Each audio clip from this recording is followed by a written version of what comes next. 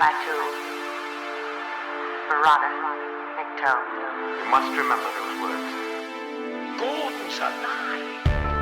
You know what the Turing test is? I know Kung Fu. Dead or alive, you are coming with me.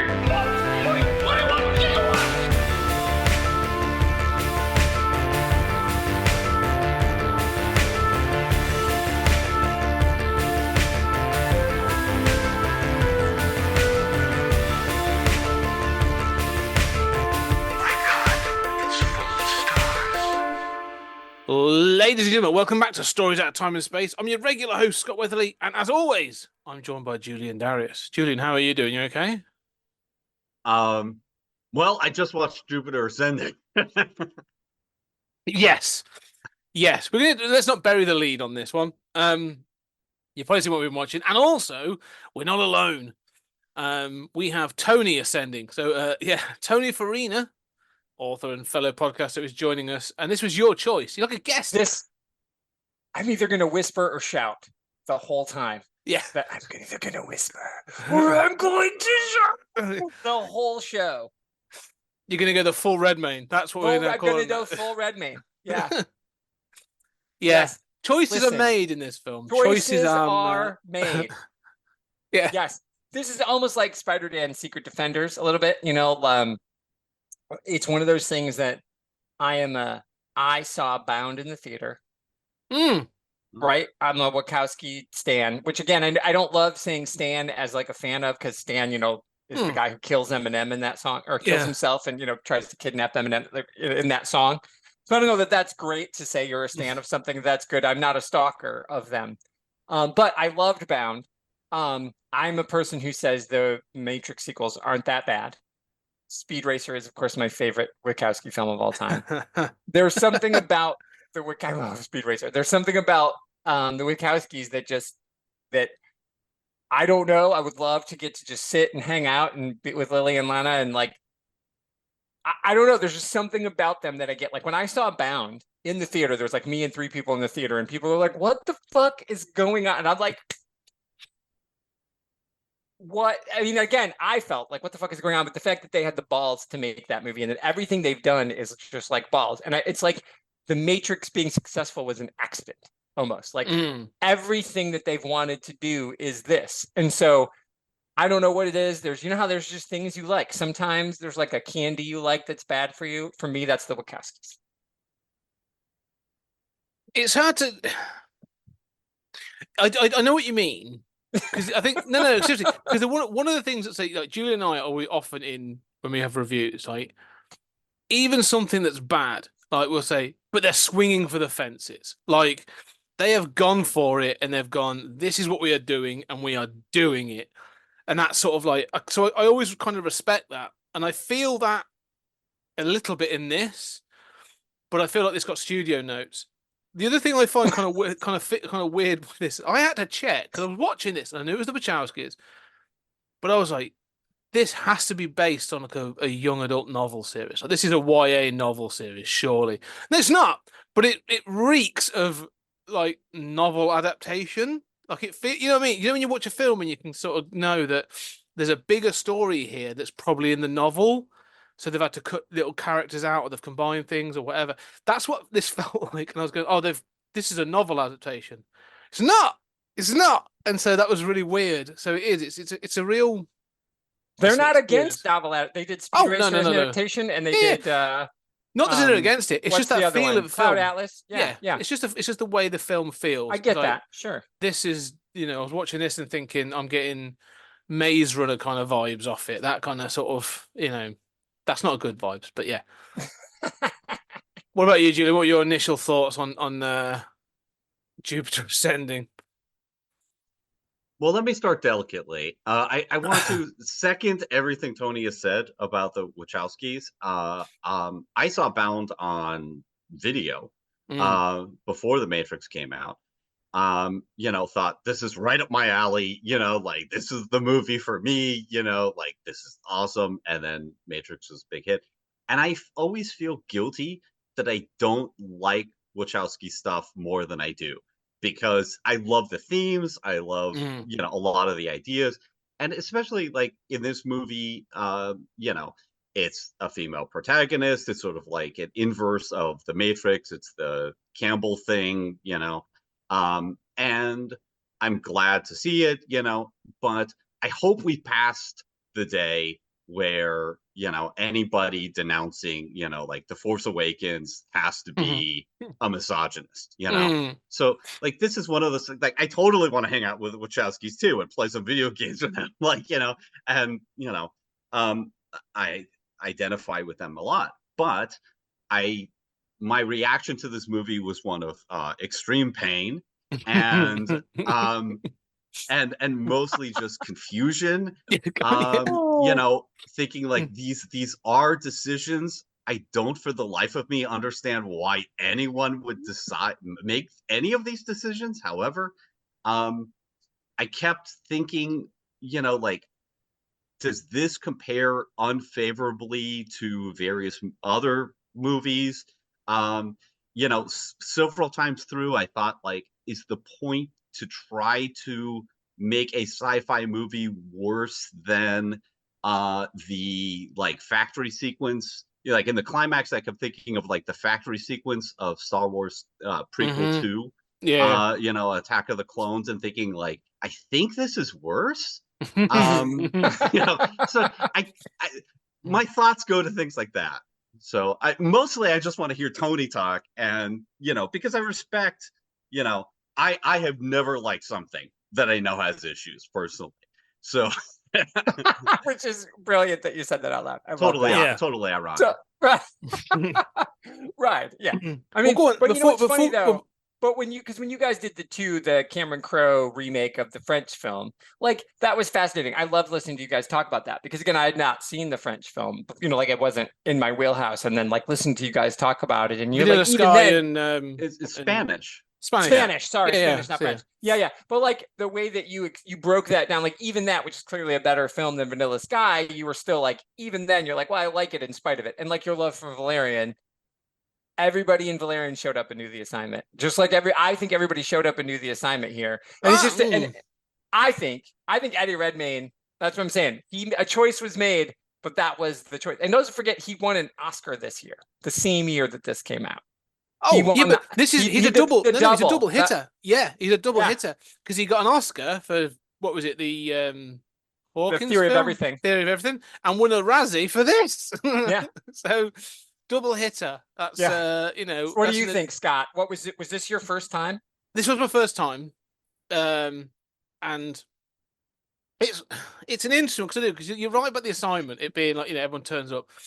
What's funny is like, because you've got people making choices left, right, and center, like interacting. Like you say, Eddie Redmayne, Channing Tatum is doing like the constant like dog references, and then the sniffing and everything, and like the shoes, like the floaty boots. There's like, so all that I'm like, okay.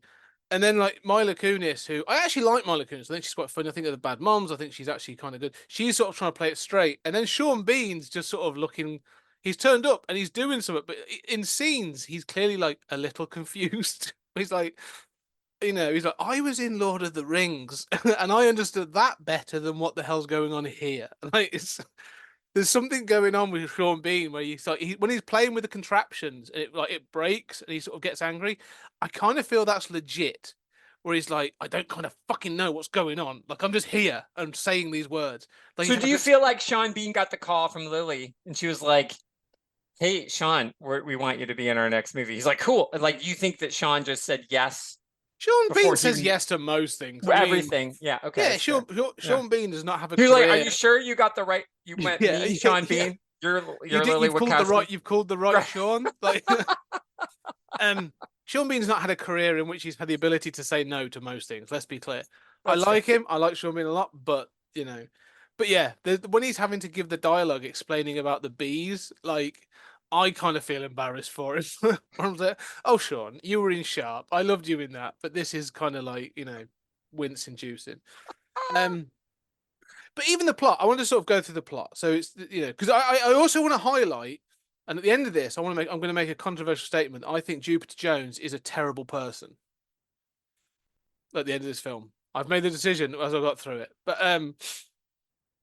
So Jupiter Jones, a young immigrant woman in America working with her parents or with her family in a cleaning firm, is identified as a genetic, I'll say replicant copy, a genetic match to a former an alien that was a former queen of a race that grows human beings on a planet in order to harvest them to use some part of us to keep young.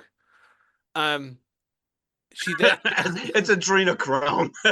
Yeah, and then there are Oh my several. God, you're right. Did they get some notes from?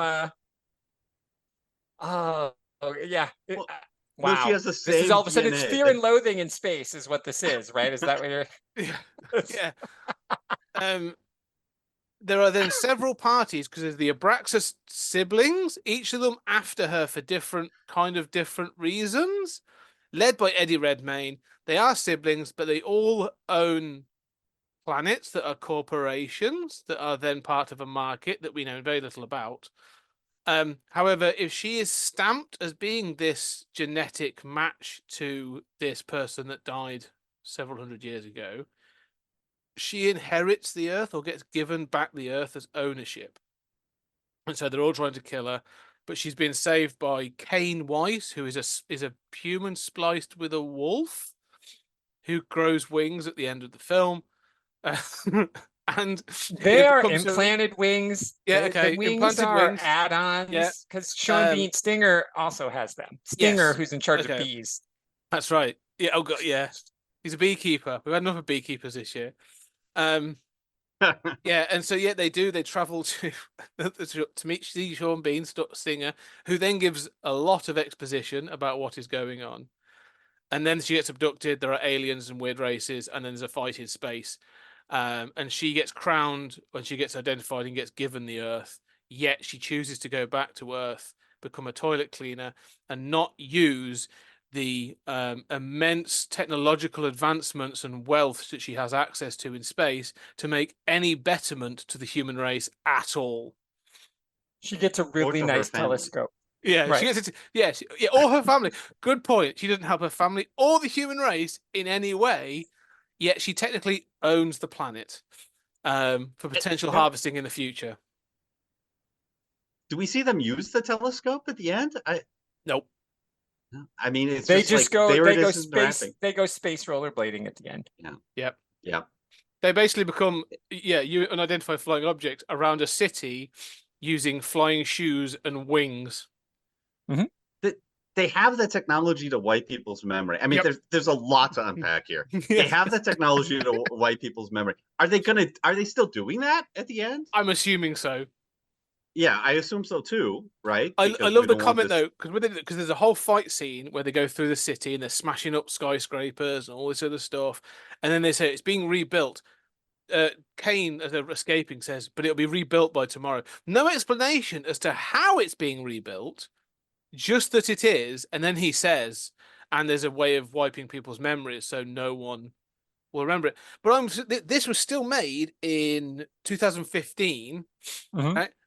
I had a camera phone in 2015, and it highlights in this that they can't wipe photos because Jupiter at one point has a photo that she does not remember taking of the aliens and stuff. So their technology is no longer of any use. Because he tries to wipe. He's like, we can't get everybody in. There's a few things we don't get, but they're crazies. They're the crazies. And so it's always that. It's apart like from the people that are stood on the street taking video of these things and the thing. Correct. Yeah. They're also crazy.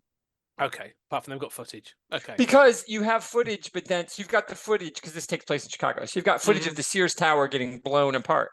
But then, so you're like, look at the video of the Sears Tower blown apart, and people will be like, but look, there's the Sears Tower, not blown apart. So that's a deep. Like, it's CG. It's CG. Right. That's the idea. Is that because when he says at the end, why don't you? He says, Kane Wise says all these things to her about why don't you do whatever. She's like, why? Would like anybody believe me? They would just think I'm crazy.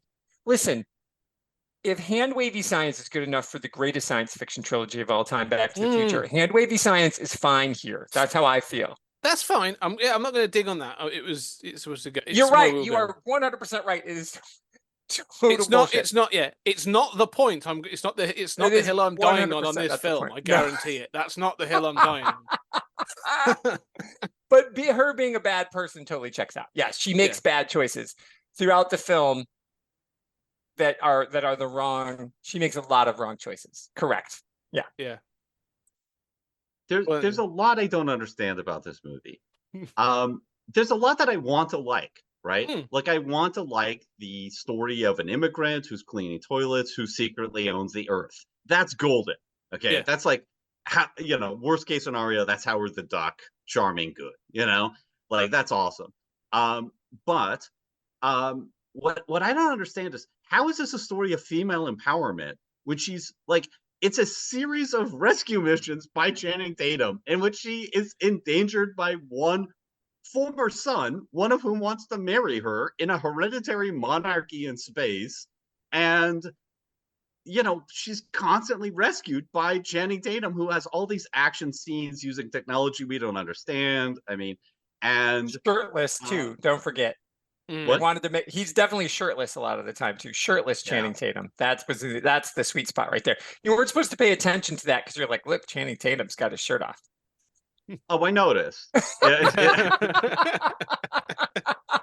I mean, it's hard to miss. I can't say that I'm a big Channing Tatum fan. But I don't understand the she is like, sure, I'll go with them, and everybody is like, this is a bad idea. You've gone with two other people who've kidnapped you and tried to kill you before, and she's like, well, on the other hand, I'll do this, and I can always change my mind later because plot.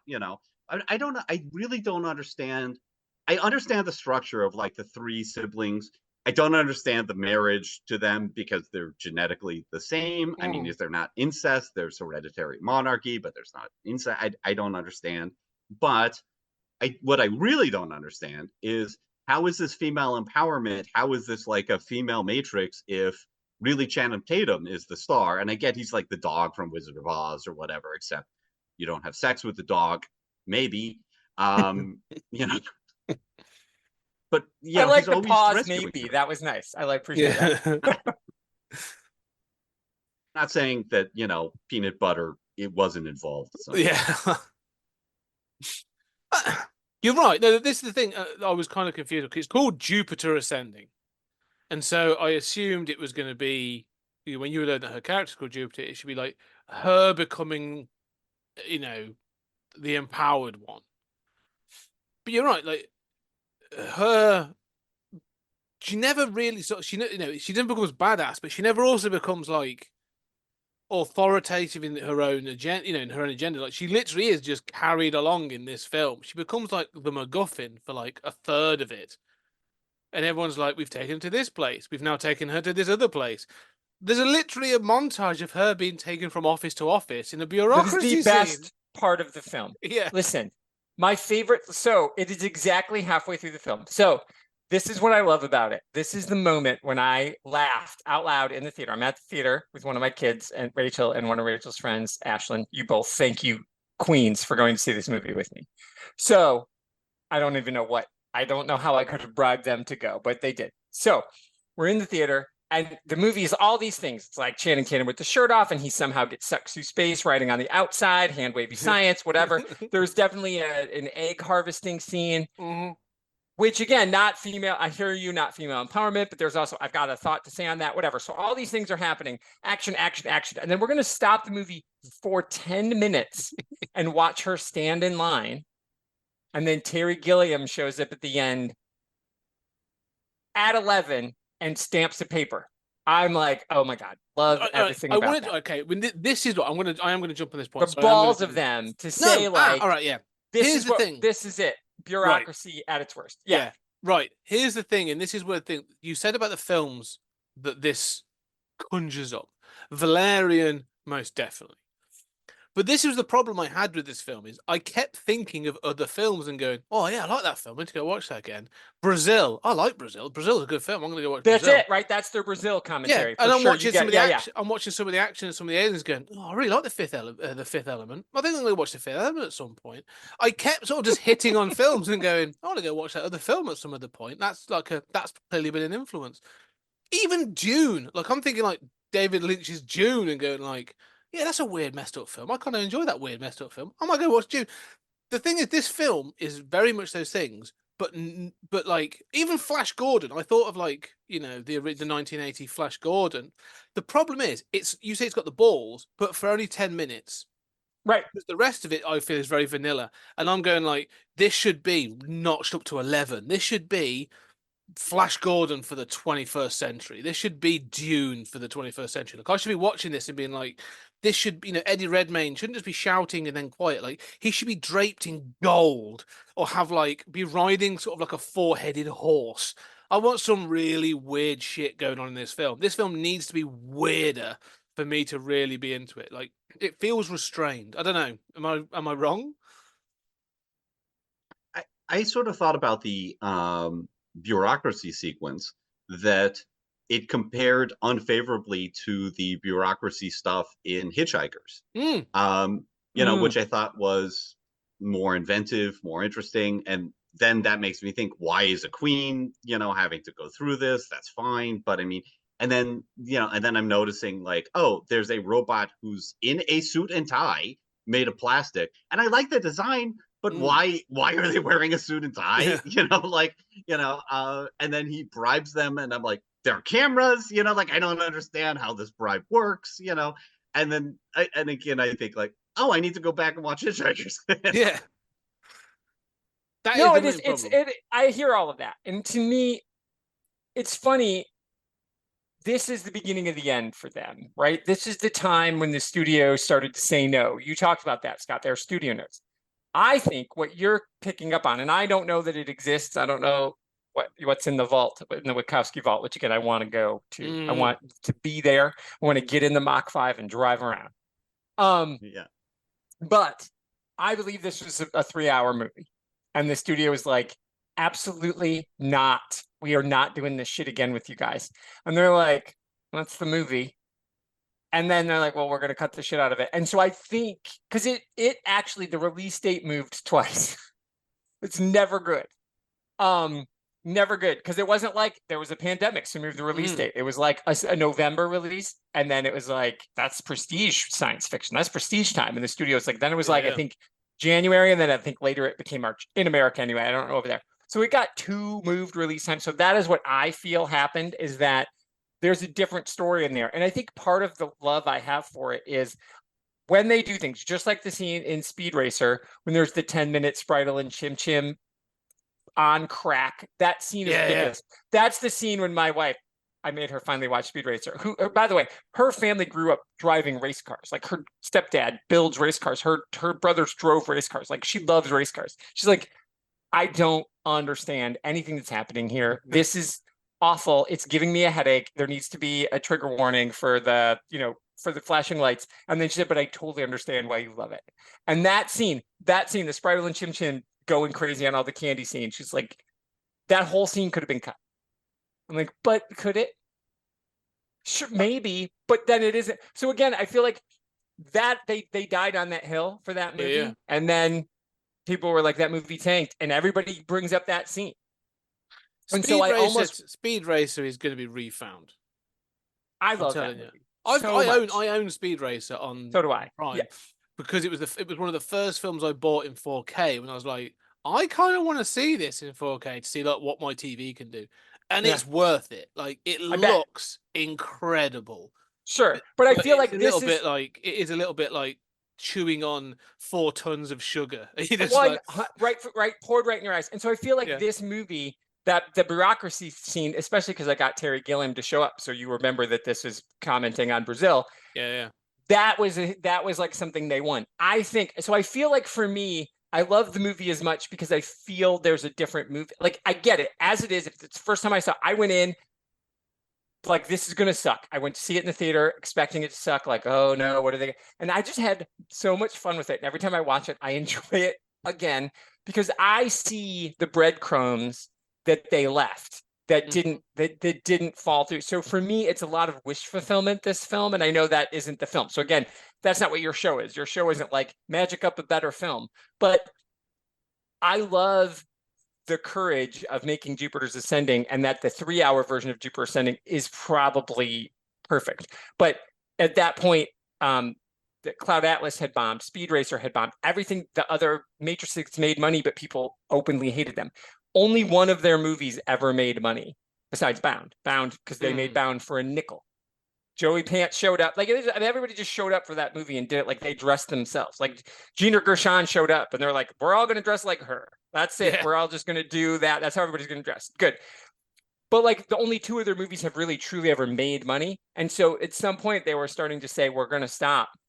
So I just love the courage of giving you big ideas. Is this a perfect movie? Absolutely not. Is it their best movie? Absolutely not. But I just love it for it trying to do something, because again, the commentary that you guys both brought up about the hereditary monarchy and the weird, like, in marriage, but there is still a bureaucracy there. But again, that is government. Like, even in your country, Scott, you guys have a government, but there's still a bureaucracy that's involved. Like, the King Charles just can't make a decree. Everybody would laugh at him if he's like, from now on, he couldn't even get Ed Sheeran to show up and sing in his party. No. Right. I mean, he could. So if the king calls, and there was like a ton of people who were like, no, you know who played at his whatever, you guys, his coronation? A bunch of Americans. Lionel Richie played, which again, cool. Yeah. Lionel Richie's awesome. But like, British people didn't even want to show up. So it was like, there's no decree he could make. You know, like, King Henry he's got to go through like, he's got to go through the channels and all that. Right. And so I feel like there's just this comment, like, there is, like, bureaucracy is all, and we're all weighted down on it. So maybe this movie is the comment on the movie industry and how they felt all the bullshit we have to go through, or I'm just wish fulfilling because that's what I want. So that's my rant. I feel like I've just said too many words. Sorry. No. Julian, any thoughts? I just want to point out that we should talk about Speed Racer at some point. We could do that right now, in fact. No, I mean, I think a little bit of dialogue. I totally obviously, I love you, Tony, and I totally respect what you're saying. Of and course, I'm a huge I fan understand. of, Yeah. And I'm a huge fan of loving movies and of just passion. I feel like with that whole bureaucracy sequence, it's amazing what a line of dialogue can do. A line of dialogue that just says, why do I have to go through this if I'm in charge? It's that simple. You're right. Yeah, I mean, and look, I mean, I like the kind of, like, again, I like the female protagonist. I like the immigrant story. I like, you secretly own the earth. I like, the Campbell thing, if it's done right. I'm fine with I like the commentary on capitalism. I mean, I get what's going on here. I mean, and I think, you said, like, I don't want to talk about, like, what could have been and which fulfillment. And first of all, that's most of what Scott and I do. Yeah, 100%. I was going to say, yeah. Like, it is true. You guys fix a lot of movies. A lot of times I'm listening, I'm like, why aren't they making movies? Those guys fix every one of these shitty movies. They're like, listen here. When you guys did Demolition Man, you were like, here's the 3 things that would make Demolition, because Demolition Man's already great. But you're like, here's the 3 problems with Demolition Man, and if we just fix those things, this is a 10. And I'm like, yes, you're right. Wow, yeah. Put them in charge. I just think that, like, I like all that stuff. I just don't think that any of it really works on screen.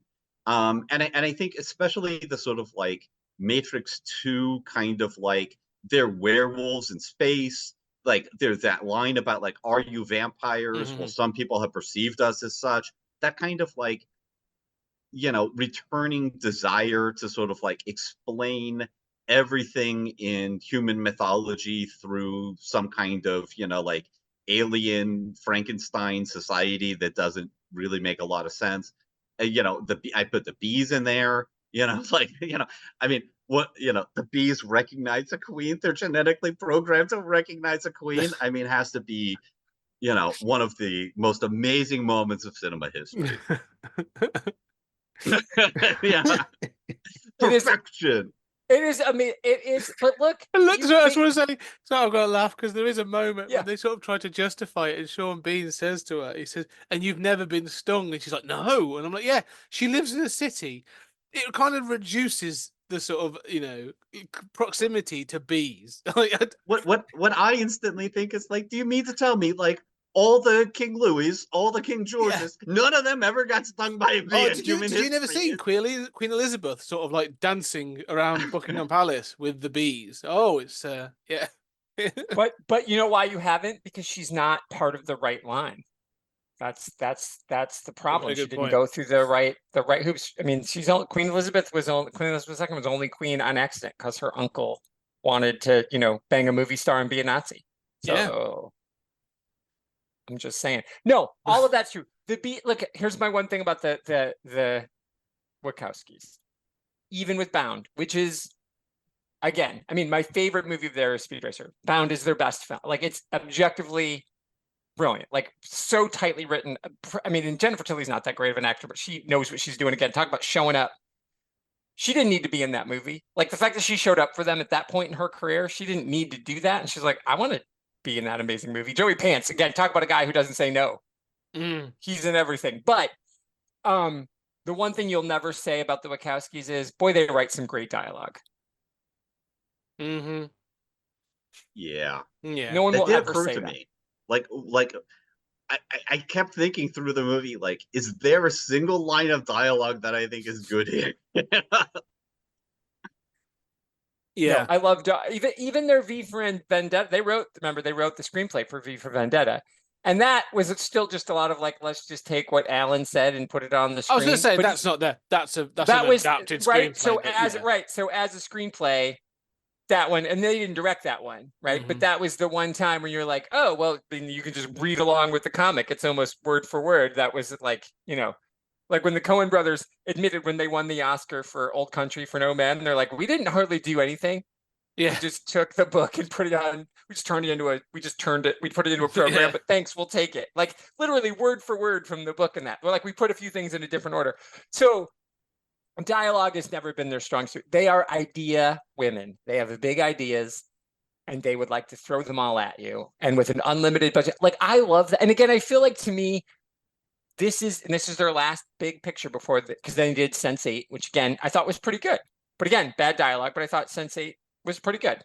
And then they did Resurrections, which I liked Resurrections. I know everybody, that's a divisive statement to me, but I actually I really enjoyed Resurrections. It wasn't the best of the Matrix films, but because I didn't hate the sequels, so I really was here for Resurrections. But even than that, the dialogue's always terrible, but they have big ideas, and I just love that they were given this opportunity. They hit the Matrix at the right time, and that movie allowed them to make this series of things that are big artistic people making big ideas. And they, like you said, take a big swing and totally fail in many cases. But I love this movie for everything, even for its failures, for all of that, because I still think there's a 3-hour movie out there, or a 300-page script that I want to read. Like, you collect all those novelizations, Scott. I would love a novelization of Jupiter Ascending to know what you actually want is you want the Wachowski cut, don't you? I do. Oh, are we going to make that happen today? Hashtag Wachowski cut. That's what we want. It does feel it. I honestly think like, because this cuts, there are certain scenes, the pacing at some points is like off the wall bonkers. Like, she goes from sort of, there's a like, the transition from the first act to the second act and then go off is insane. Like, she's attacked by, they track her down to, and but she's used a false name. She's used her roommates or someone. No, it's not. It's the person she cleans the toilets for's name for the egg harvesting. So they go to pick up this other woman, find it's not her. So she takes a photo of those weird aliens, and it sort of cuts.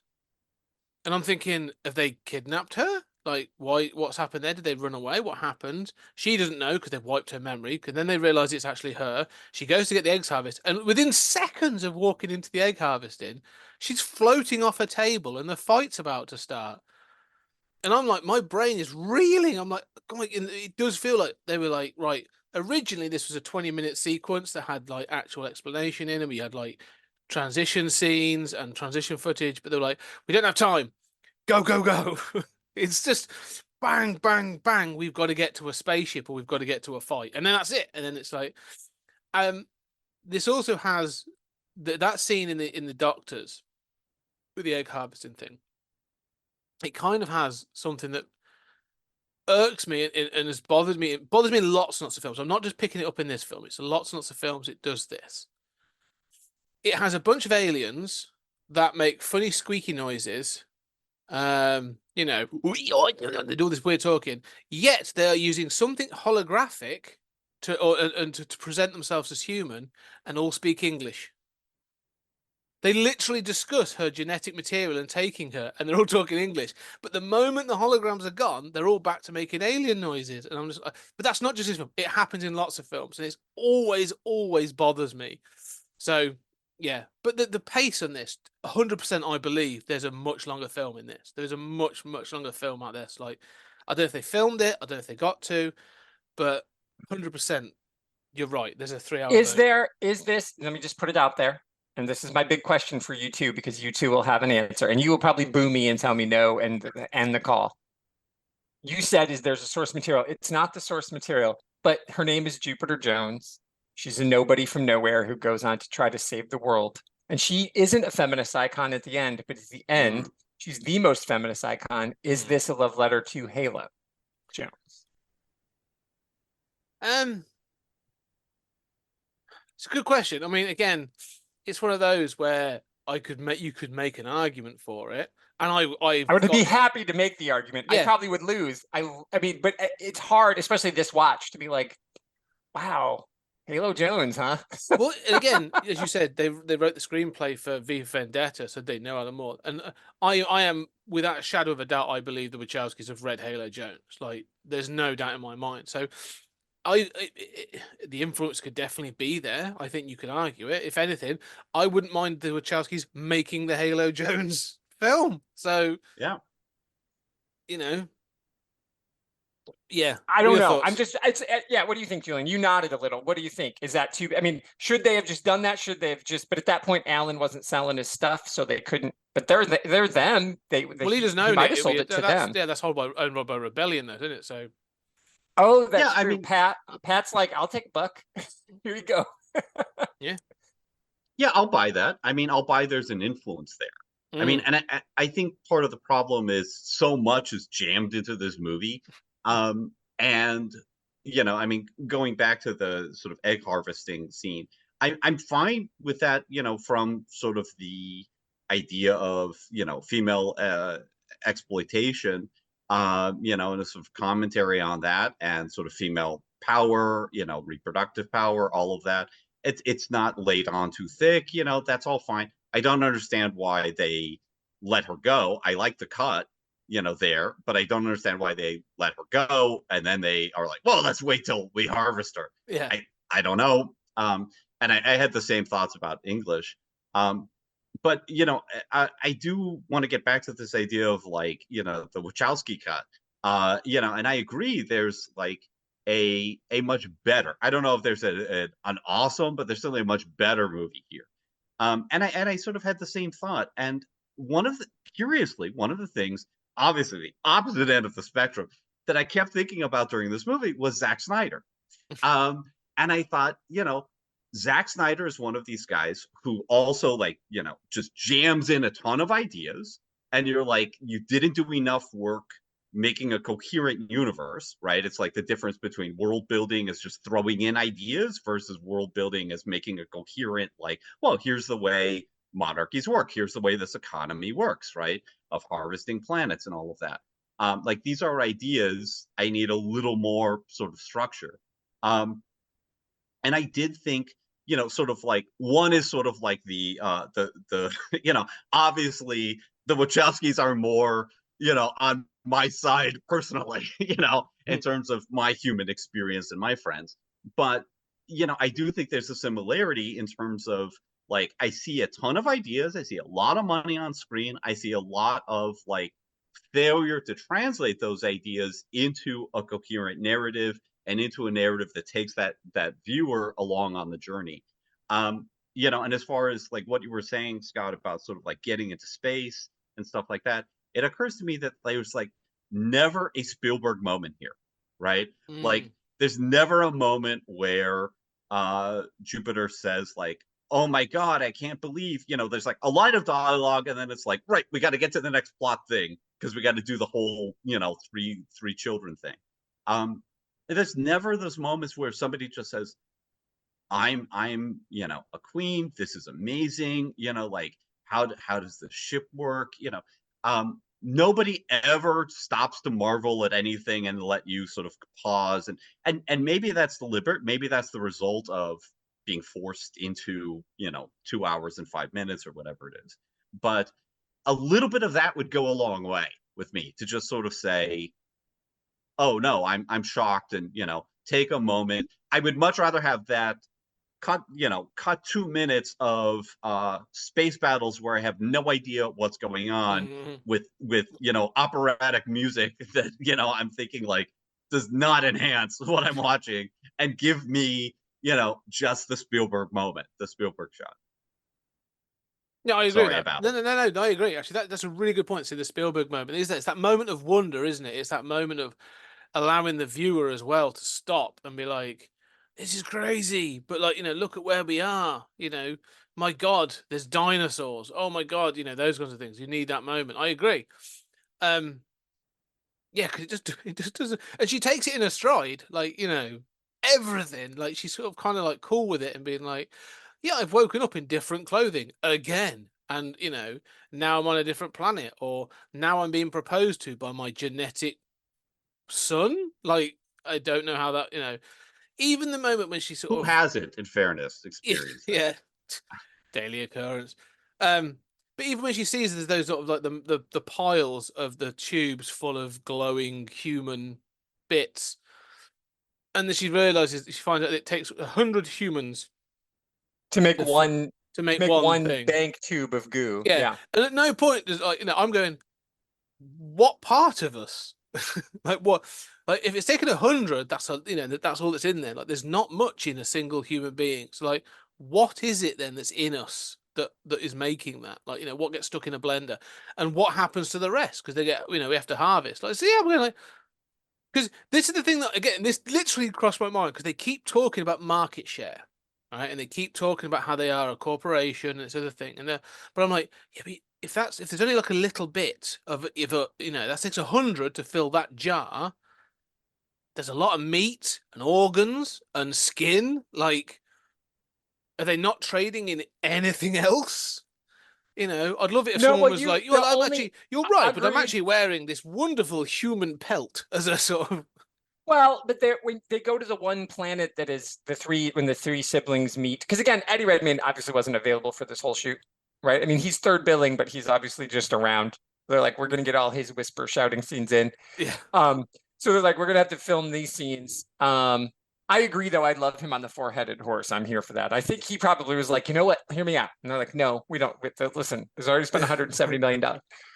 They're on that destroyed planet. So my argument there would be, you don't see it because it doesn't, like, that's the moment. That's the show don't tell, where they're like, look at this planet that's ruined. The three of us are standing here, and the Earth is next. That is what is going to happen. So underwater, because there's like water and there's fallen roads and buildings and shit. So the assumption is we sucked all the goo, like, because they're going to harvest Earth not little by little. It's not going to be like in one go. It's not good. Yeah, I didn't read it as it's not going to be like a an alien abduction situation where there's like or like in South Park where there's just like the skin of a cow. It's like we're just all dead. Like Earth is being harvested all at once. The end. Earth is over. Next planet up. So there wouldn't be any survivors. So the ruins are just down there, like all greedy people do. You just throw the garbage away and you don't care. So I hear all of it. I do. And I do think my favorite part of the last Matrix film, which I openly enjoyed, I really liked the last Matrix. Resurrection. There's a line.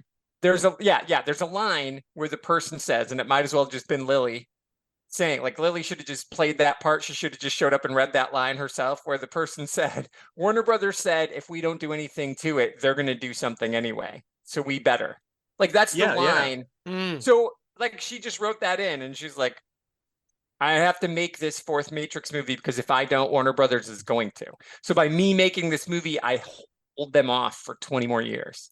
And then in 20, so what I read is in 20 more years, when it's their turn to do it again, I get to show up and Keanu will still look great.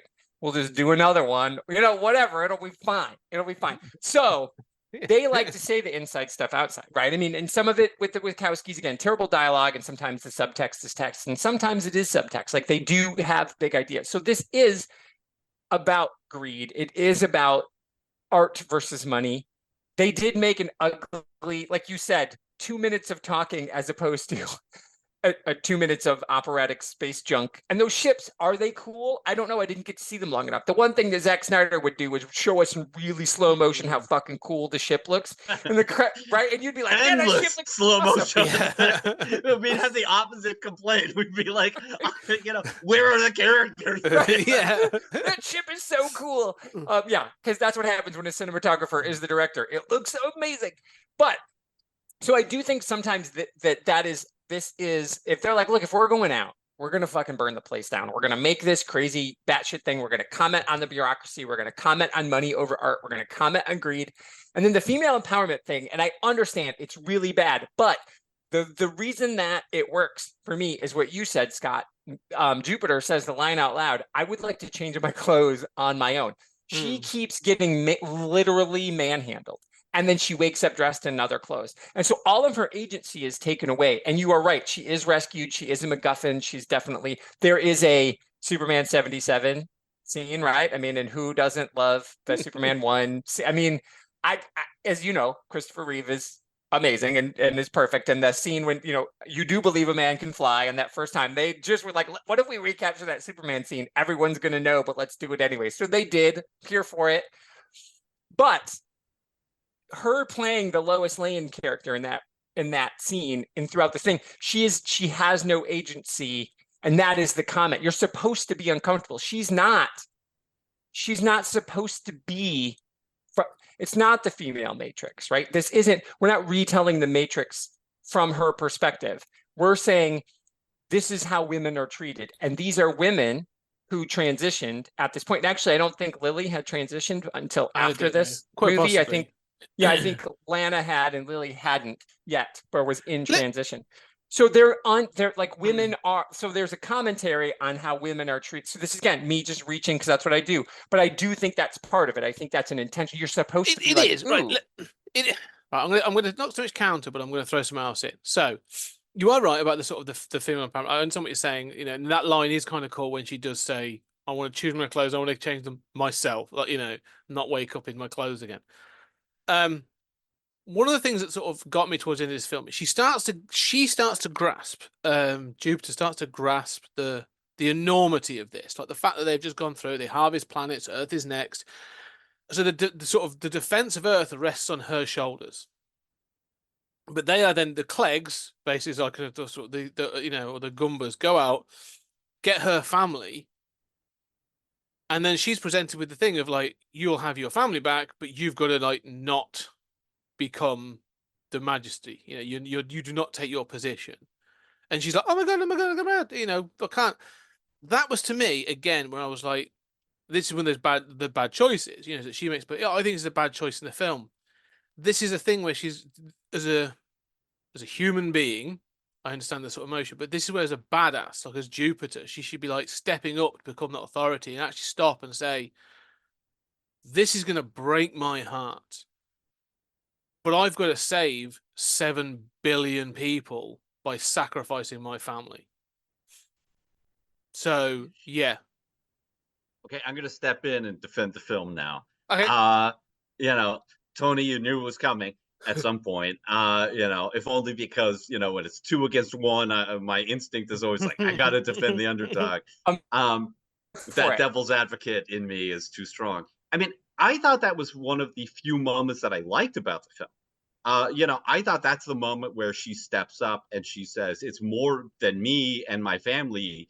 yes, we suffer as immigrants, and I'm cleaning toilets, but like, no, the greater good still matters. And, we're talking about the end of Earth. And it's kind of lessened a little because my reading of it is that he's promising to send the family back to Earth to then be harvested immediately. Right. Yeah, I was Which confused is by not that. much of a, Yeah.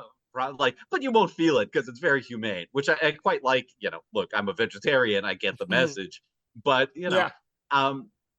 so I like that moment, and I thought, if anything, in the her being the Lois Lane figure, that's the moment where she sort of transitions and steps up, and so I like that moment personally. Look, the dialogue could be a little better, it could shine a Cleaner. spotlight on what's happening there a little better, but I did like that moment.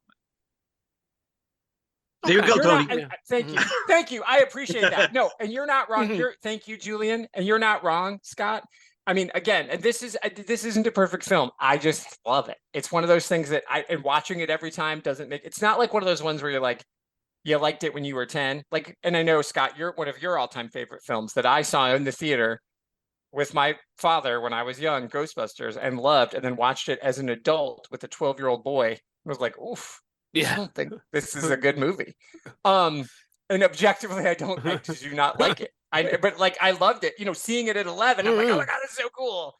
And I bonded with my dad, who loved it. Who let me watch like Animal House and Stripes when I was 8. Do you know what I mean? So like, of course, he didn't think Peter Venkman was gross. But like, when you're an adult watching with your wife and 12-year-old stepson, and you're like, oh, maybe this is not. So things change. This film, every time I see it, I like it more because and again, it's wish fulfillment. You point out all that stuff, and I'm like, Scott is totally right. All those criticisms are totally right. But did you see that cool dragon thing that talked? That was badass. Like, what a cool character design. I'm here for that. Again, I wish I could have seen it more. I wish it wasn't always in shadows. I wish they had a few more $1 million, because there are some of those. It's not Alien v Predator dark. Or Requiem, Alien v Predator 2, the one that's all dark. But I will stand by the special effects in this film. Yeah. Oh, it's pretty, right? It really looks good. amazing. Yeah. In the Clegg kind of like crocodile face things. No, in the darker stuff, they did it because they haven't got the money to have him bright lights. Right decision. But there's no point when I say like that obviously isn't it, or that looks crap. Like no. I think there's special effects in this stand up incredibly well. If anything, that's one of the things. The three things I thought was really, really cool in this. Special effects, I think, are really well done. I think that actually the costume design is immense. I'm like, every costume, I'm like, that's awesome. Like, the detailing, and it's sort of, that's why I was a bit disappointed. It's not more gauche, like it's not more Flash Gordon. But the other thing I would say as well is, in some cases, I'd stand by some of the choreographed action. I actually think some of the fight scenes, especially with Channing Tatum, is actually really well choreographed. Like, they understand, they've said, oh, he's like a wolf. So they actually are incorporating him doing bits and pieces. They're not just like saying that and then have him running around like a guy. Like, he utilizes those silly flying shoes and moves around sometimes like he bounces off things and pounces. Like, I'm like, yeah, they've kind of thought about that and incorporated it. So there's stuff in this film that's actually really good. And then someone talks, and you're like, bollocks. Like, I hear you. I totally agree. And you're not wrong, but I'm going to side, obviously, with Julian's defense there. I mean, it is not. I do. Again, let's start with release the Wachowski cut, or give me the novelization, or let us write the novelization. Like, that's the dream job, guys. Like, honestly, like, how many movies, and I know, Scott, you've done early days in 20th Century Geek, you would like, I'm going to read the novelization of Halloween 3. Which, and it's like, yes, Halloween 3, the best Halloween, right? And I love that. I mean, objectively, that's my favorite of the Halloweens. Like, the first one is the best, but the third one is my favorite. And put it in there, originally written by Nigel Neal of Quatermass fame. So there you go. See, right? And so, like, I feel like there's a story, like, we just, again, like you said, Julian, is true. Your show, Stories Out of Time and Space, is a lot of wish fulfillment. Like, here's how we could do it better.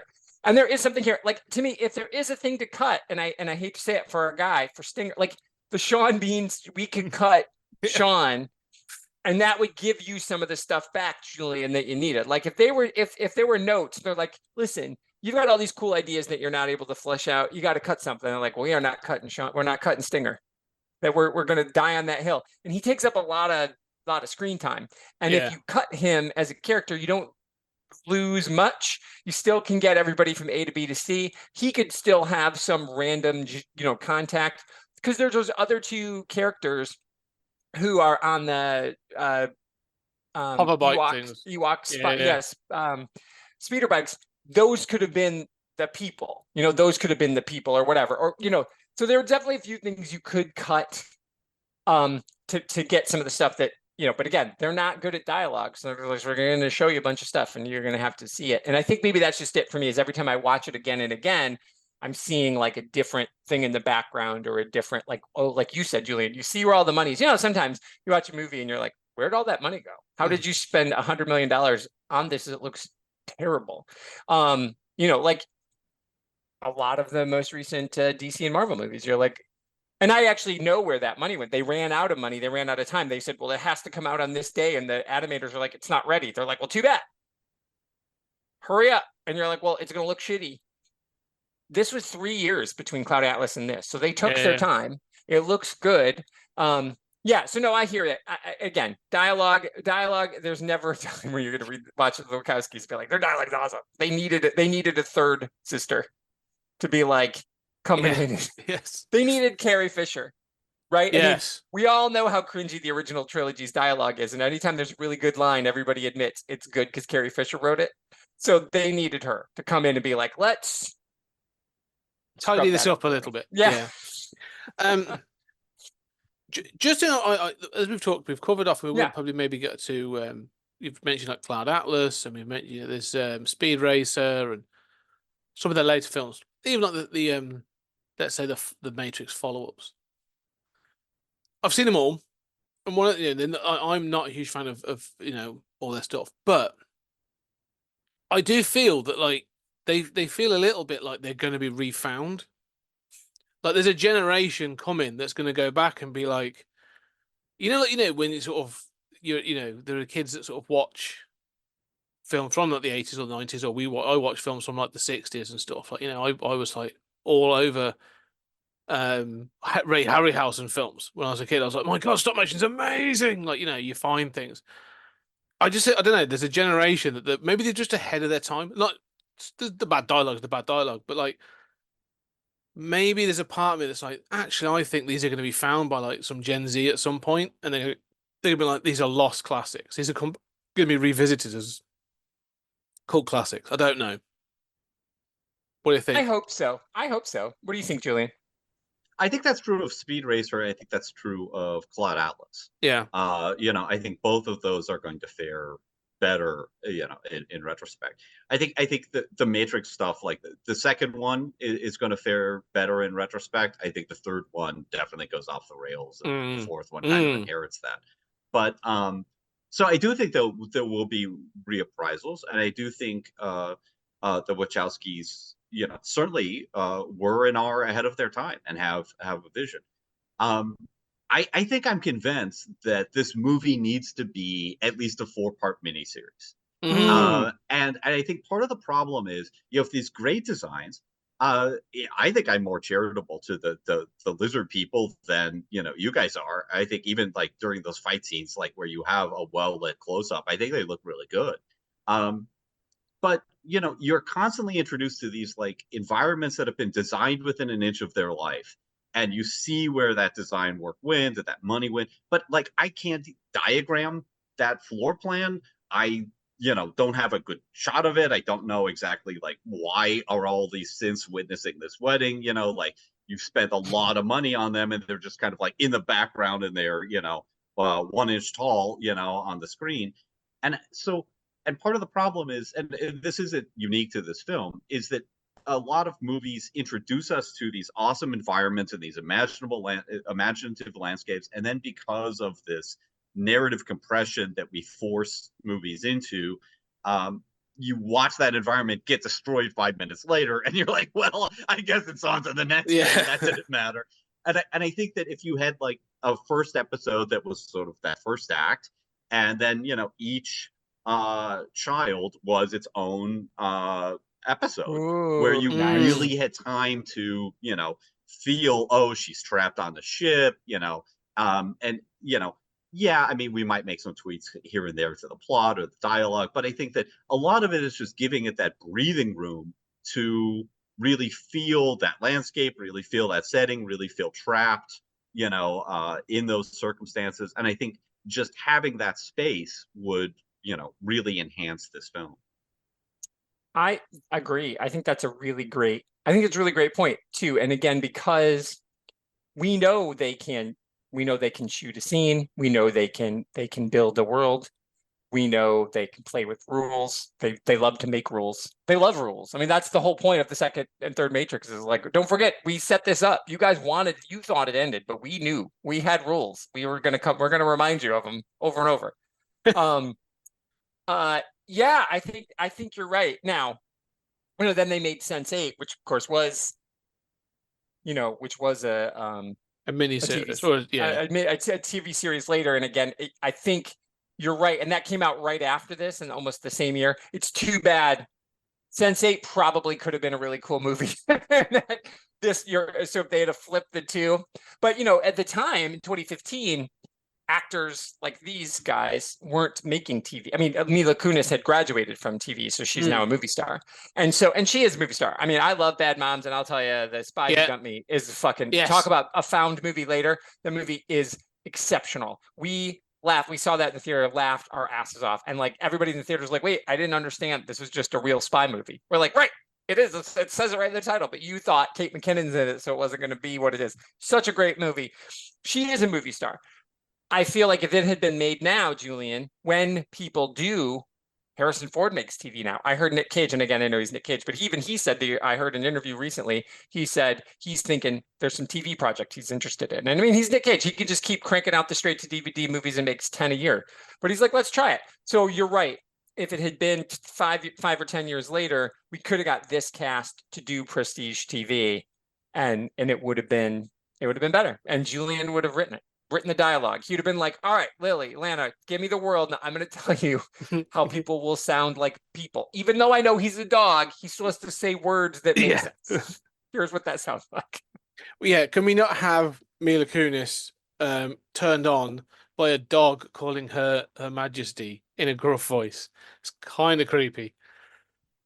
See, I kind of like the Your Majesty stuff, like from a BDSM standpoint, right? Like I see it's like Wizard of look, I would love a, Baz Luhrmann produced Wizard of Oz that was like BDSM to the max, right? Like I'm sold already. I'm sure he's got that in a drawer. They're like Baz still. Yeah, but I mean, there are other problems with that, the dog character, who's a lichen. I mean, there are other problems there. But no, I mean, I kind of, again, it's like I kind of get what they're going for. I kind of like what they're going for. It just doesn't work quite for one reason or another for me. Yeah, it's fair. And again, when you guys said yes to this, that just says they are my friends. People who've never watched Jupiter Ascending, or even if they have, they're like, I will watch it again for you. That is, to me, the honor is this, because again, I only know a couple people in my life who I see, in the world who've seen it. And most people are like, I don't want to talk about that anymore. So it's always lovely. And again, that's to be fair, to be honored to be on Stories Out of Time and Space, because again, it's such a fun thing Jack and I talk about, you guys. So it's like, we love Chris and Dave, what they do with VHS Strikes Back, and that is a different show than yours for a reason, right? They, and like they're coming at it from a totally different perspective. And so it's like, and they're both amazing shows, and they're two of my favorite shows. And it's like, you just get a different thing, the conversation you guys have. The fact that you're turning your shows into essay collections makes perfect sense. Like, that's what it feels like. And that's like my kind of nerd thing. Like, I'm here to have these deeper thoughts and like point out the flaws, but still respecting it for what it is, and being like, I can love it and disrespect it. And what you guys do, and what I am a fan of the Wachowskis acknowledging I don't love everything. Like they have flaws, as opposed to the way that current fandom is. The Stories Out of Time and Face is the space is the show for fans who can be disrespectful of things or who can be disagree with things without being disrespectful. Like Julian is on record as like me, not being a big fan of the Guardians movies, and I know everybody thinks they're great. And Guardians 1, I really did enjoy. I thought Guardians 2 was a stealing pile of doo. But you're like, well, here's some things that work, and here's some things that don't work, and you have that conversation, and it's like the intelligence squared open to debate version of movie reviews. And I appreciate knowing I'd come in as the person who's like, oh my God, I love this movie, that you guys are both like, objectively, it's bad though, right? But like, yes. Yeah. Yeah. So I just Apart from Howard the appreciate you Duck, guys. which we both agree is a masterpiece and should be treasured as such. Is But that your Valerian, which I will not tolerate anything bad. Valerian sort No, of stands on similar but shoulders Tony- to this, but you Yeah. are right. Well, yeah. I mean, I definitely would defend Valerian over this, but no, I love what you're saying, Tony. And Tony, look, you're a scholar, and you have all my admiration. We do love you, and I appreciate that, and I love you guys. yeah. But I mean, part of being, part of coming from that environment, and I tell my students all the time, like, we can love stuff and still acknowledge it has problems. We can love stuff and still acknowledge it's racist in its depictions or sexist or whatever it is, but there are these good things, right? Yeah. And even problematic stuff can be great. I mean, look, To Kill a Mockingbird is kind of, it is a racist, anti-racist text, right? Yeah. And that's fine, So I think it is important to carve out that space, and that's not something that current fandom allows. Mm-mm. And I think it's unfortunate to get to, the Jupiter Ascending. It's unfortunate that it's like the Roger Ebert thing, like it's thumbs up or thumbs down, right? Like, that's not reality, right? Yeah. And isn't that funny that that's what he got reduced to? The man who had degrees in film criticism, and you read his criticisms, he'd write like 4,000 word essays on something really nuanced, and then it's like then he turned into that, and that is like so ironic to me. That this guy who would like parse a line of dialogue for 400 words in an essay is like, nah, thumbs down. You're like, wait, it can't only be 2. No, yeah, I think it is in this film is very much in that category, like. And I do think, the other films I've mentioned, Flash Gordon, Valerian, David Lynch's Dune, like they're all films. Even Valerian, like Julian, I acknowledge the opening of that film, the opening sequence of that film, brilliant, absolutely outstanding. And there are moments in that film that are good. Overall, I still think it's not great. But the one thing I would say is when watching Valerian and when you watch this and when you watch some of those films, one of the things I take away from that is you've said about, we've talked about the Wachowskis, it's definitely their vision, they've done the dialogue, but it's still a production crew. And when you do look at this, you do go like, yeah, people cared. Like, Channing Tatum, like you say, has his shirt off and that, yeah, but like then you've got like the tattoos he has and the sort of some of the prosthetics and the special effects and, as I said, the costume design, some of the the space stuff, people cared, and they were taking the effort to do this. So it's I can criticize and go, yeah, the dialogue's wonky and some of the pacing is all over the place, and I'm not entirely sure what Eddie Redmayne's doing, but like there is stuff. People turned up and did a really good job on this film, and that I can really applaud it. I can look at this film and go, yeah, no, someone turned up and was like, I'm giving 100% today, and I'm going to do this, and it shows. It does, and I do think too, like because I'd imagine that crew, like they're the Wachowskis. They're bringing the people who want to bring their A game, who want to try something different. I just feel like Eddie Redmayne. I think whether it was his choice or their choice, the Wachowskis' choice, it was the choice, and he never wavers. He never backs off. He goes all in, and I get why he gets the Razzie or whatever. But I think the Razzies have kind of turned mean. Like I think they were supposed to be fun and lighthearted, and they've kind of turned mean. Like I loved the year that Sandra Bullock showed up to get her Razzie. I appreciated her doing that. She's like, fuck. And then they didn't expect that, so she took it because they just give the same one out because nobody comes, so she took it. Yeah. So I was like, haha. But I understand because it's like you're Eddie Redmayne. I've seen you do other things. Like I've seen you in Les Mis. I know you're great. what is this? But I also think he's like, I've done that. I've done that other things. I want to do this. Like, I want to do the thing. I want to Brando in Dr. Moreau. What if I could Brando? What would that look like? Like, right? I mean, Dr. Moreau, I don't know if you guys I've seen done that. I've seen Dr. Moreau, yeah. But I mean, that movie is awful. But I love to watch it because whatever choice Brando was making the whole time, and Val Kilmer looks genuinely scared. Like, I don't think Val is acting, and I think Val is a really good character actor. He gets in character, but he's out of character that whole movie because I think he's just genuinely terrified by whatever that performance is. If you ever watch the documentary about the making of that film, I don't think it's just Marlon. I don't think it's just Marlon Brando that he's scared of. Like, oh, okay, fair, totally fair.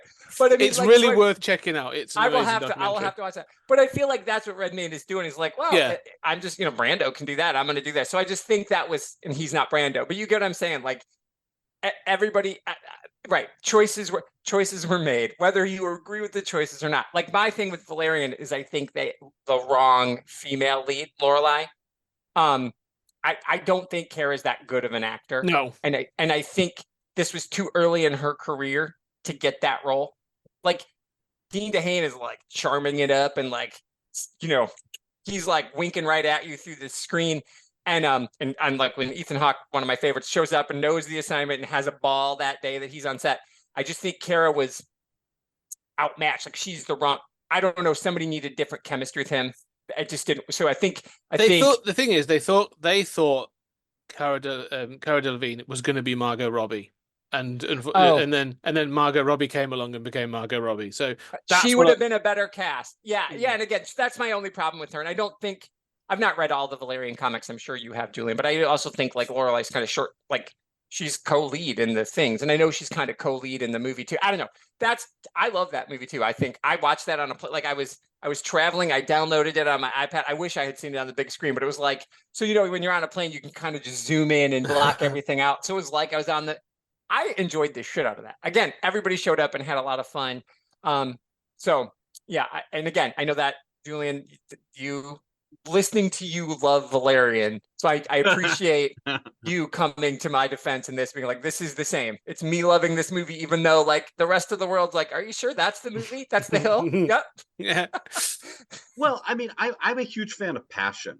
And I will always say that, anytime somebody loves a movie that I don't get, I'll stand by my point of view, but I am a huge fan of anyone being moved by art. Like, that's amazing.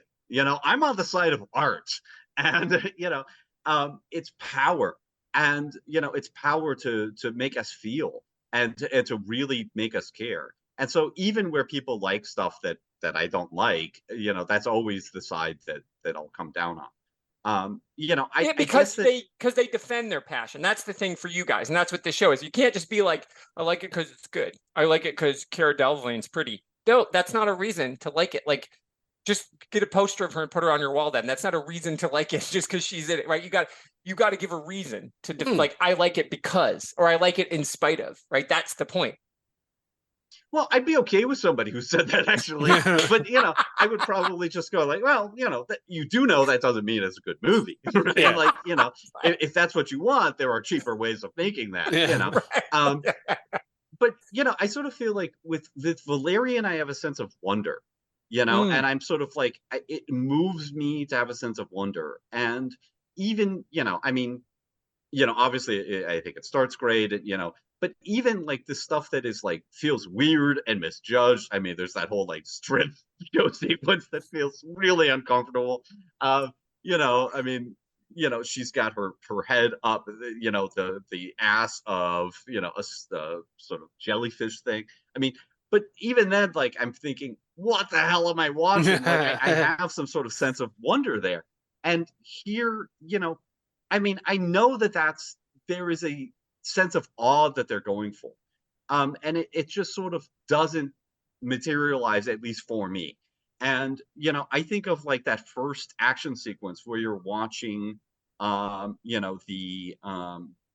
is his name? Where you're King. watching, Wise, fight the, from people. And I love that girl with the on purple the hair on the bike. Yes, Like, she looks awesome. Again, Yeah, just design. Like I want her story. Like I want the side quote featuring her. That doesn't have to make $200 million to break even. But even there, I'm thinking like I'm appreciating these designs, but I don't know who these characters are. I mean, admiring how it's shot. They pioneered, this whole like helicopter shooting thing for this movie. I mean, the Wachowskis are clearly, geniuses at shooting stuff, and pioneered a lot of, new kinds of cinematography, undoubtedly. But I'm wondering, who are these characters? Why am I supposed to care? And I don't. To me, it pulls me out of the. That's dazzle. fair. That actor, I've not seen it yet, but speaking of, she is the missing link. She's in the new Rebel Moon. Oh, she's the Jedi, basically one in that. Yeah, I've not watched it yet. So there she is. She gets so Zack Snyder thought the same thing. She's like, Duna Bay is awesome. I'm gonna hire her and have her come and be in my movie. And She is awesome. Yeah. You see some of the she looks great, right? Well, She looks amazing. You're right. Yeah, she's also like a martial artist and stuff like. But she's underused, I think it is. You talk about I want to say about those like characters. Bad movie roundup now. Like, yeah, it is. I've not watched Rebel Moon yet, but it's just funny. I was looking to see what else she was in because I was like, I know I've seen her in something, so I just clicked. Rebel I'm like, Moon, oh shit. Yeah, no, Rebel Moon is like this for the 2020s. Like I'm telling you, she's in Sense8 too. Yeah, she's awesome in that. Those characters, those side characters. Again, like you said, I love the designs. I think the designs in this are fantastic. The one thing is though, like you say, they are like bounty hunters, or they've got an agenda. One thing I'm really unclear about throughout most of this film is what is everyone's allegiances and motivations. Like characters keep turning up for bounty hunters. I'm like, I should know who they're for, or at least know. So if there's a betrayal, I should feel something. But then like when they start shooting the people, because they obviously turn up at Stinger's house and there's a whole chase through the house and through the cornfield and that sort of stuff. All that, again, I'm like, they're shooting, then they end up shooting the aliens with the harvesting aliens. And I was like, were they on their side originally, or have they just turned up? Like, I don't know. And it's not because I'm like, I'm not watching. I'm watching it like I should know that if they've turned up, they are representing one of the Abraxas, but I don't know which. And it's like it's always so. I think again, it's just some of the kinetic action doesn't work. But yeah, there's things like that. So I agree with you, Julian. Like they just turn up and they're like, cool, they look ace. Don't know who they're for or what they do, but Fair. It's all fair. Yeah. Another movie, since we're continuing bad movie roundup, that I kept thinking of during this was the live action Masters of the Universe. Which, and I don't know why. I'll defend that one though. A lot more. Yeah, no, we should. I mean, and that's a lot more low budget. It's not, as beautiful, but it has great costume designs. It's also got Frank Langella acting his fucking ass off. Yes. Yeah, hamming the hell out of it. Oh my God. Like he is the equivalent of, the Eddie Redmayne final bad here. Yeah.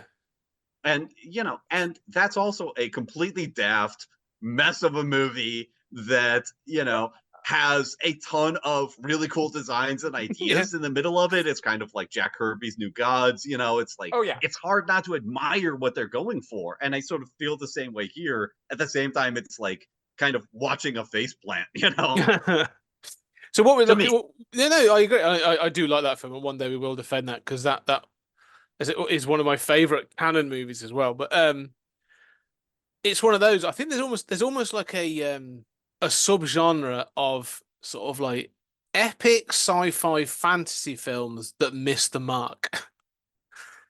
That you go like, I know what you're going for, and you almost got there. You get a round of applause for looking great and trying some great stuff, but you kind of miss the mark. I do think what Julian said though, and I think that not only will these movies be rediscovered, but I think that in the golden age of streaming, in the golden age of prestige television, where they're like, you know what, we'll give you 7. How many episodes do you need? 7? Okay, we'll give you 7. What do you need? 9? We'll let you do your miniseries. We'll let you do your, and then if it works, then we can spin Razzo off and give her own series because now we've got a built-in audience. Now we can do whatever, and then maybe we could bring the leads back every once in a while as part of our expanded universe. So I think there is an opportunity for that. And that is the problem, is that it is tough to do it all. It's tough to fit it all in 90 minutes or Oh, yeah. 120 minutes. Yeah. What I would say is, though, in a world where we have, what, 3 Riddick movies from Vin Diesel? Only 3? Isn't there an animated one as Oh, there's an well? animated one as well that's sort of an inter film. But again, I would say the middle one of that, Chronicles of Riddick, it falls into this category of sci-fi fantasy with insane costumes. You know, it has Judi Dench as like a floating witch. That film is nuts. Carl Urban dressed in like red muscle armor. Like that film is absolutely insane. Falls into that same sort of category of like, again, you know, but when Netflix was looking around and going, we want our own IP, I do kind of sort of look at this and think there's potential here that we could have said, like we've already worked with the Wachowskis for Sense8. I do kind of agree that if I was at Netflix, I'd have been picking this up and saying, right, the first film, you know, we understand it was a flop, but we're going to buy it. We're going to have it as a sort of bring it to Netflix, and we are going to let you do a sequel, but you're going to have these, you know, you can go nuts in this budget and in this thing, but we're looking to build a universe out of this. Like I could see this becoming a modern franchise. Well, like they did with Buffy. I mean, again, Yeah. I saw the Buffy film in the theater, loved it. It bombed. And then it took the right vision. Like Marty Nixon, she's like, hey, there's a good story there. What if? And like, you know, I know for all the things, Josh is a huge asshole and all that other stuff, but the idea was good. It was not realized in that original film, even though I loved that original film. It knew what it was. Paul Rubens had all the fun in that movie. And I think, you know, it was good. I'm here for that. I love the movie. But the show is like, what if we do that? So I think you're right with this. We could take that idea, live in the universe. But, you know, they retconned it. Like the original Buffy movie in the show, they changed it. They aged her down a little. That might be an interesting thing to do with Jupiter, age her down or even age her up, get her in the future. I mean, because if you aged her up, you can actually get Mila to come back. And then that's what I would do. I would have Mila come back and just go, right, we're going to do a prestige show and we're going to continue it. Yeah. But we're going to continue the story. Like, you know, there's a corporate takeover because the Abraxas family's still out there and stuff. Like, you know. Yeah, they only killed one of them, right? So the other two. So, you know, you can still do all kinds of bits and pieces. I think there's stuff here to do that could be really cool. No, I agree with that. It strikes me that, you know, not to agree with the sort of like anti-corporate, you know, and Tony, what you're saying about art, you know, where, you know, I caught that line in Matrix 4 too, you know, where, you know, I feel like there's a lack of commitment to the material. And it's clear that like what the studio wanted here was another Matrix, right? They wanted IP development and they were like, look, we'll fund this, we'll give you the money, but then it bombs and it's like, all right, well, put that in the drawer. And you see, you know, so many of these franchises, so many of these ideas, they pull the rug out from under, you know, the story's left half complete, you know. I mean, you should not be creating this stuff with the idea that it's got to do 750 million, you know, US to make its money back, right? And if we don't, then we're going to pull it, right? This would be a perfectly solid to good 4-episode miniseries. You know, add some other stuff. Don't, you know, take the, you know, let the studio having already put the laws on its books, right? Take it, you know, I mean, age her up, whatever, you know, figure out how to continue it.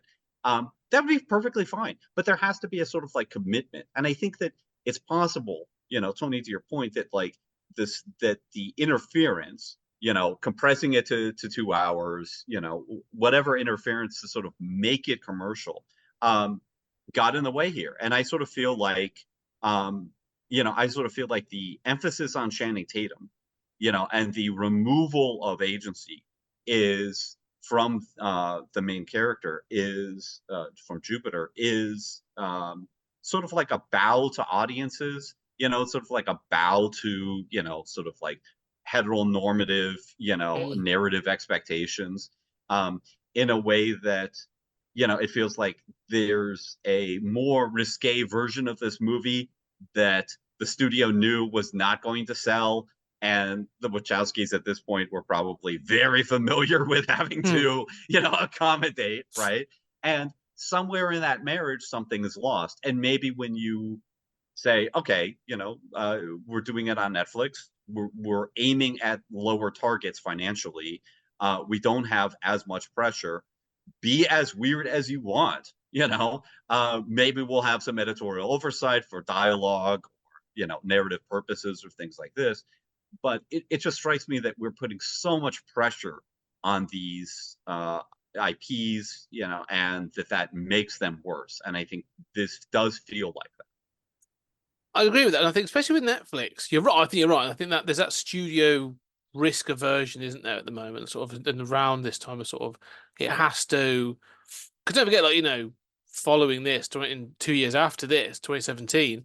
We do have, talking Joss Whedon, we have sort of the Zack Snyder, Joss Whedon Justice League, which is exactly that, which we're like, we know what Zack wants to do, but he's, because of the tragedy, with his family tragedy, actually we're bringing Joss in and we're taking this as an actual moment to insert the corporate purpose. 2 hours, it's got to do this, go. And that was it, and you can sort of see that all over it.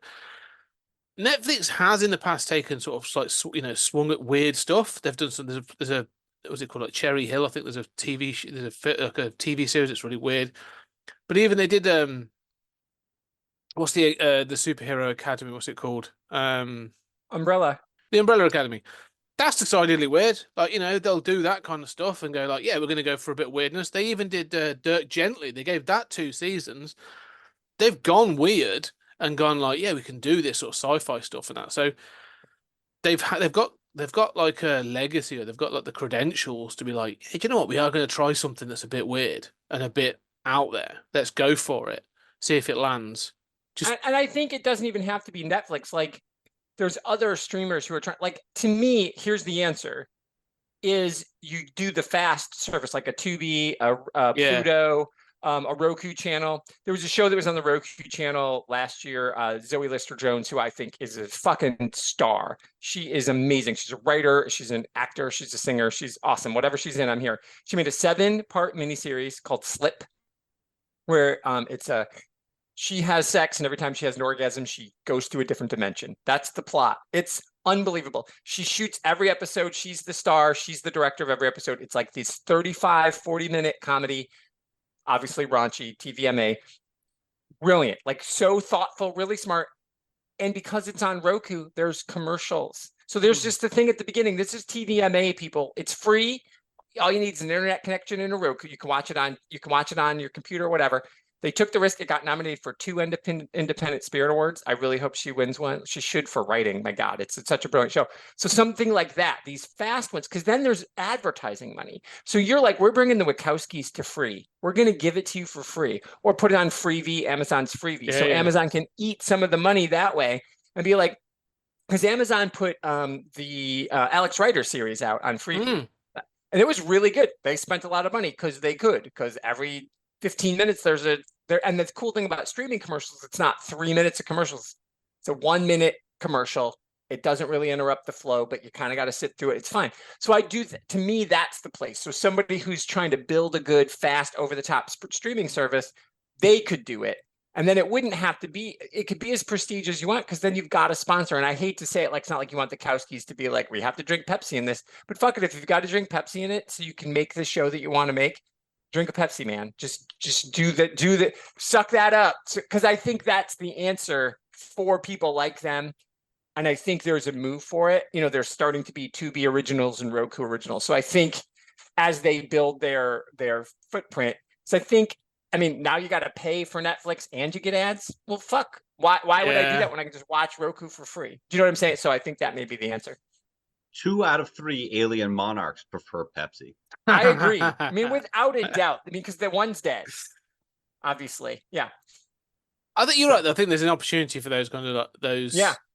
I don't. Not maybe not a continuation of this, but maybe that is where the Wachowskis go and do their something. Whatever. Renaissance. Yeah.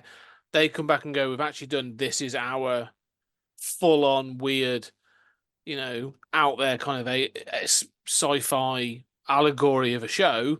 and it's amazing. And they've got, because say they haven't got to do much, they've got no notes. Don't know. Yeah, Right. it could be done. Yeah. I'm a huge Star Trek fan, and you think Oh, yeah. Star Trek lost money. Star Trek has always lost money. With rare exceptions. I mean, the original show lost money. And it's in syndication that you have your money, right? Right. It's in but if Free. you're looking, Yeah. right, I mean, you recoup that money forever. The point of starting up an IP is that you can do that, right? Yeah. You have to be able to eat some losses. You have to be able to have a long-term agenda, and you've got to minimize those losses, but you have to think long-term. And if you're just thinking about, as Star Trek did during the movie years, right, like recouping that money with box office, that's not the universe we're in anymore. And clearly this was not a movie that was going to recoup its $200 million budget, and that's okay. I mean, if you're going to throw $200 million at it, you have to say, look, we hope it recoups the money at the box office. If it doesn't, here is the backup plan for continuing this, establishing the IP and really building this out and having that corporate interest that's going to pay off financially in the long run, right?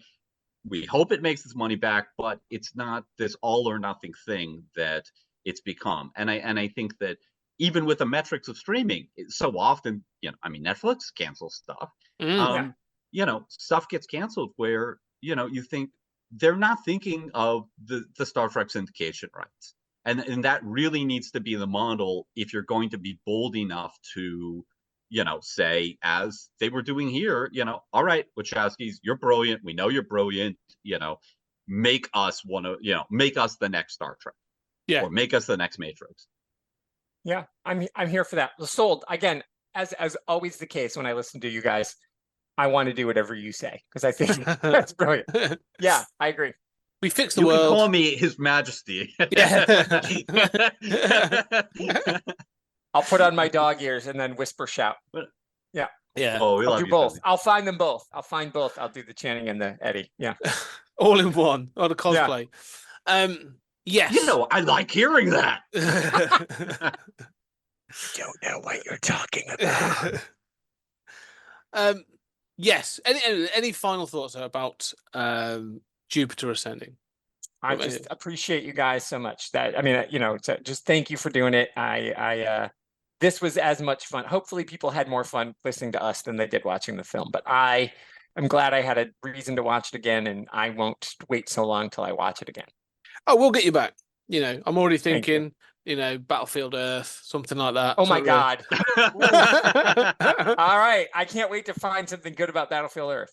Yeah. Oof. Yeah. I've not seen that in years. Would I have to read Battlefield Earth in order to? Oh man, you know how I like to be a completist. No, we'll see. Yeah, if you're going to be a completist, you end up joining Scientology. You've got they're just up the road for me, yeah. right? They're right in St. Petersburg. So yeah, that could be a life-changing. That could be a life-changing podcast. Life-changing show. Anyway, yeah. So there we do. We have discussed Jupiter Ascent. It's been a bonus. This is sort of a lighter moment between the Black Mirror, because I think this is coming. I'll be dropping this between some episodes of Black Mirror, so it's carrying on our saga of Black Mirror. But yeah, if you have been watching along and you have watched Jupiter Ascending, let us know. Reach out, talk to us. What do you think? And as always, if you like what we do, check out, leave a review for a start, and check out the Patreon. We've got everything on there from Trekking Through the Twilight Zone, our bonus materials that we have done for Stories Out of Time and Space, and some other bits and pieces as well. So Tony, where can people find you, and what can they find? If you want to at me and tell me why I'm wrong about Jupiter Ascending, arfarina.com is the place. That is my website. There's a contact me. You can sign up for my newsletter. Then there's social medias. You can follow me there. So there you can get my book, Welcome to Mansfield, or you can get links to 2 books that I'm in that are made by this great place called Sequart. I don't know if you guys have ever heard of it. It's a really cool place. The people there I hear are really nice. That they will, if you ask, I've heard that if you ask real nice, the publisher will call up and whisper and then shout and then just hang up. That's what I hear happen. No, so that's the place, arfarina.com. That is the place for me. So again, thank you for this. And I subscribe to your newsletter. I know. So I saw that. For listeners to know. Yeah. I didn't know you had. It's not a traditional newsletter like I tried to do, I was going to do it. Like your newsletter comes out, you're like, here's the cool things I'm doing. But like, I just can't help it. I got things to say. So once a month, I like write an essay about something and I send that out. And then at the bottom, I'm like, here's what's up. But it's like the theme of the month. Like this was fresh starts and like, you know, whatever I feel like writing about. One time I was mad about like banning books. So I wrote a whole thing about it. It's like, so I just write a little essay, a little 400 to 800 word essay in your inbox in the middle of every month. Cool. Yeah. I'm not sure I could do that because mine would just be sort of would be angry ranting each month. Mostly Sometimes about, that's what you need. and then one month would just be about the parking around here. Just god damn it. So won't be doing that. Okay.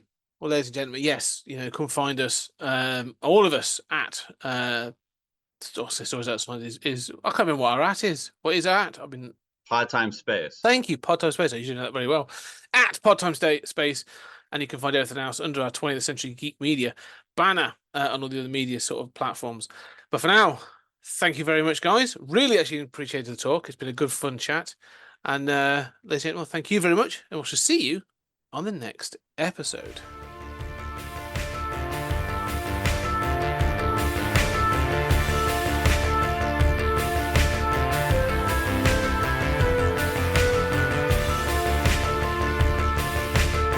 There's something very important I forgot to tell you. What? Don't cross the streams.